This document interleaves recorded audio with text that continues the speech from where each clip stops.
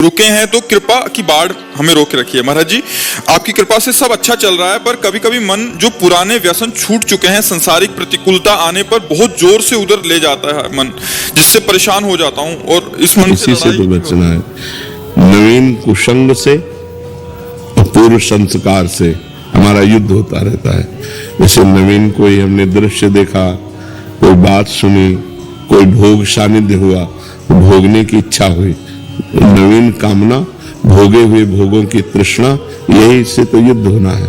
वो भोगा था, अच्छा लगा था, ये मन चिंतन करवा करके उधर ले जाना चाहता है। उसी समय ना, अब नहीं, अब लो नशा लो। यद्यपि बहुत बुरा लगेगा, मन को बहुत बुरा लगेगा, वो आपको जलाएगा, और उस जलन को सह जाना ही अध्यात्म है। यम ही न व्यथ्यन्ते ते पुरुषम पुरुषर्षभ, जो मन के द्वारा दी हुई व्यथा से परास्त नहीं होता, व्यथित नहीं होता का मतलब परास्त नहीं होता। जैसे हम आपसे मिलना चाहते हैं और कोई हमें सुख मिला है आपसे, अब मन विवश करेगा आपके पास चलना नहीं, अगर गलत है नहीं मुझे जाना नहीं, अब वो जलाएगा, ना भजन में लगेगा, ना कहीं नहीं लगेगा, बस वो बार बार वही प्रश्न करेगा, वहीं चलो वहीं चलो, वो बार बार वही भोग मांगेगा हमको बार बार कर। नहीं, तू जाए मार डाल, मैं नहीं जाऊं, कुछ भी कर, राधा राधा राधा, वो थोड़ी देर जलन देगा, शांत हो जाएगा। फिर दोबारा जब उठेगा तो पहली बार 15 मिनट जलन दी थी, अब की बार 10 मिनट जलन देगा, फिर 5 मिनट, फिर 2 मिनट, फिर सदा सदा के लिए राधे राधे हो जाएगा। पर इतनी क्षमता रखनी पड़ेगी कि उसके इस वार को सहना पड़ेगा। उसका स्वभाव है प्रमथन, मन को मत डालना, एकदम जाको यार सब बाद में देखेंगे, पहले ये खा लेते हैं, पहले ये भोग लेते हैं, पहले ये पी लेते हैं, पहले ये देख लेते हैं, उसका ऐसा स्वभाव है। मन के स्वभाव को सह जाना यही साधुता है। सहत सहत बाढ़े भगति गृह तन गुरु हितगार, जब ना सहन हो तो रो पड़ो, भगवान को साक्षी करके, हे नाथ आप देख लो हमारी दुर्दशा होने के लिए ये क्या मन कर रहा, प्रभु आप संभालो, मुझे सामर्थ्य दो प्रभु। उस समय प्रभु को पुकारे, उस समय नाम कीर्तन करने लगे, उस समय सत्संग सुनने लगे, उस समय किसी साधक से बातचीत करने लगे। एकांत में तो फिर टिक पाना बड़ा मुश्किल है, जब हमारा मन किसी विषय पर अरज गया हो और हम एकांत में तुम्हारा बार बार तुम्हें परास्त करेगा। उस समय हमको खोजना है कि किस विषय से शांत होगा। कोई शास्त्र स्वाध्याय, कोई सत्संग सुनना, किसी साधक के पास बैठ जाना, कुछ नहीं है तो जोर जोर से भगवान को पुकारना, राधा राधा किशोरी जू, हे लालू, हे प्रभु मुझे बचाओ मेरा मन ऐसे। क्योंकि इसको सहना बहुत कठिन है।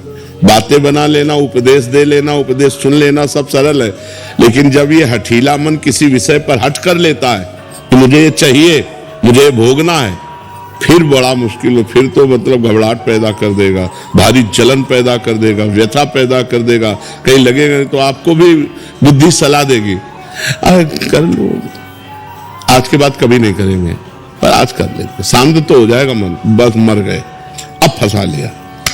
फिर शांति जब होगी ना तो कहेगा कि नहीं करूंगा, पर पुनः जब संकल्प भरेगा तो तुम लड़ नहीं पाओगे, तुरंत वही करना पड़ेगा।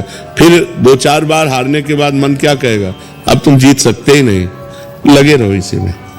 फिर वो जीव कि यार साल भर तो हमने छोड़ा था, फिर यार हम नहीं छोड़ पाए, फिर हम गिर गए। पहला जो विषय छोड़ा है उसको चांस मत दो, अगर चांस दिया तो फिर तुम्हें चांस नहीं देगा वो जीतने का, ये पक्का समझ लो। पूरा जीवन का जीवन निकाल देगा और आपकी हिम्मत नहीं पड़ेगी कि उससे आप लड़ सको। और एक बार लड़ना सीख गए, एक बार परास्त कर दिया तो आपके अंदर आनंद उठेगा कि यार वो बात से हम बच गए, वो बात से हम बच गए, तो आप हर बात जो बुरी है उसको आप परास्त कर देंगे। ये अध्यात्म की बात है, थोड़ा इसमें सहन करना सीखना पड़ेगा। तितिक्षु भगवान आज्ञा करते हैं, मात्रा स्पर्शास्तु कौन्ते शीतोष्ण सुख दुखदा, ये जो है आगमा पाइनो अनित्यास्तास्तितिक्षस्सु भारत, ये आगमा पाइना आने जाने वाले हैं, इनको तास्तितिक्षस्सु भारत, इनको सह मात्रा स्पर्शास्तु कौन्ते शीतोष्ण सुख दुखदा। ये जो गर्मी सर्दी अनुकूलता प्रतिकूलता लाभ हानि, ये नाना प्रकार की ये आने जाने वाली हैं, काम क्रोध लोभ, ये वृत्तियां आने जाने वाली, टिकने वाली नहीं। इसलिए है अर्जुन तुम इनको सहन करो, ये भोगने से नहीं शांत होंगे। और हमारी इंद्रियां चंचल हैं और मन इंद्रियों के अधीन है और बुद्धि मन के अधीन है, तो वो भी सलाह देती भोग लो।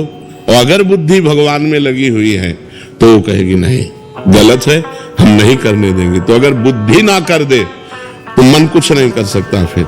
लेकिन मन इतना बलवान है कि वो बुद्धि को अपने अधीन करा के दस्तखत करवा लेता है और इंद्रियों के साथ भी मनमानी विचरण करता है। इसलिए खूब नाम जप करो, सत्संग सुनो और सहन करना सीखो। जो सहन कर गया वही आगे बढ़ गया, जो टूट गया वो बिखर गया है संसार में। अभी 6-7 दिन पहले ऐसे ही हुआ था कि मतलब व्यसन छूट चुके हैं पूरी तरीके से, तो कुछ ऐसी चीजें हुई, किसी से बातचीत कहाँ सुनी हो गई तो मन बार बार उसी चीजों में ले जा रहा था। तो मतलब जैसा आप कहते हैं कि विचार आएगा, फिर संस्कार बनाएगा, फिर संकल्प होता है, तो वो वही गया था। फिर मुझे लगा अब मैं भ्रष्ट हो जाऊंगा तो भगवान से ये प्रभु अब नहीं हो पा रहा है, हमसे हम भ्रष्ट हो जाएंगे। उसी समय कुछ ऐसा प्रभु ने कृपा की कि हुआ तो क्रिया नहीं हो पाई किसी तरीके से, तो बच गए। अब जैसे महाराज जी मन में आता है कि अब जैसे दीक्षा अब कृपा हो रही है, आपकी कृपा से सब हो रहा है, वरना हम तो किसी लायक नहीं थे, हम तो कहाँ पड़े थे तो हमको ही पता है। आपकी कृपा, प्रभु कृपा हुई तो अब जो उपासना मिली है वो आपकी कृपा से कर पाते हैं, कर हो रही है। फिर मन में ये अब डर लगने लगा है कि जैसे दीक्षा ले ली उसके बाद आगे चल फिर ऐसा हुआ कहीं कुछ किया। यही डर वो तुमको गिराएगा, यही डर गिराएगा। तुम्हें डरना नहीं, मैं मर जाऊं लेकिन पीऊंगा नहीं, मर जाऊं गहाऊंगा नहीं, मर जाऊं भोगूंगा नहीं। तो कर, तो कितना भी बार बार कर, मैं नहीं कभी करूंगा। कभी हट करके देखो तुम इतना डरपोक क्यों हो गए, इतना डर क्यों, डरोगे मार डालेगा। बिल्कुल बात पक्की समझो, दुश्मन से डरना नहीं है। अगर डर गए तो फिर तो मार डालेगा, फिर आपको देखो ना, दीक्षा के लिए घबराहट पैदा कर देना, वो आपको सतमार्ग से रोकेगा। आपको कहना मर चाहे जाऊं, अंदर ही तो है, वो अंदर ही सुन रहा है। आप संकल्प करो कि मैं मर चाहे जाऊं, कभी पीऊंगा नहीं, मरना बर्दाश्त करूंगा, पीना नहीं, गलत आचरण नहीं करूंगा, बिल्कुल नहीं करूंगा। वो अंदर एक सॉफ्ट जगह रखता है, हाँ कभी तो हो सकता है, उसी जगह में प्रहार करो। नहीं, कदापि नहीं, कदापि नहीं, नहीं, बस हट करो। नहीं, वो आपसे बिरजेगा, कमजोर करेगा। बस यही तो युद्ध चलता है। और सही पूछो तो आप पर केवल प्रभाव दूर से दिखाता है, अपने में मिलाने के लिए कुछ नहीं कर सकता। वो आपकी स्वीकृति के बिना कुछ नहीं कर सकता। वो आपको डरा के, धमका के, सुख का प्रलोभन दे करके, निश्चिंतता का प्रलोभन, आराम का प्रलोभन देकर वो फंसा देता है। आप दस्तखत कर दे, चलो यार बस मर गए, नहीं बच गए। अब ये नाम जप करो, इसी यही कला आ जाएगी, आध्यात्मिक की कला आ जाएगी। आप चिंता न करो, फिर भगवान सबके रक्षक है। पर जो गलती छोड़ी अबलो नसानी अबनान से, उसे पुनः मत करो, नहीं तो बार बार फिर ये भ्रष्ट करता रहेगा। और एक बार आपके मन में आ जाएगा कि मैं नहीं चल पाऊंगा, अध्यात्म में मैं नहीं चल पाऊंगा, मैं योग्य नहीं हूं, अब जो होगा सो होगा। तो हम ऐसे मार देता है भगवान के आश्रित रहो जी।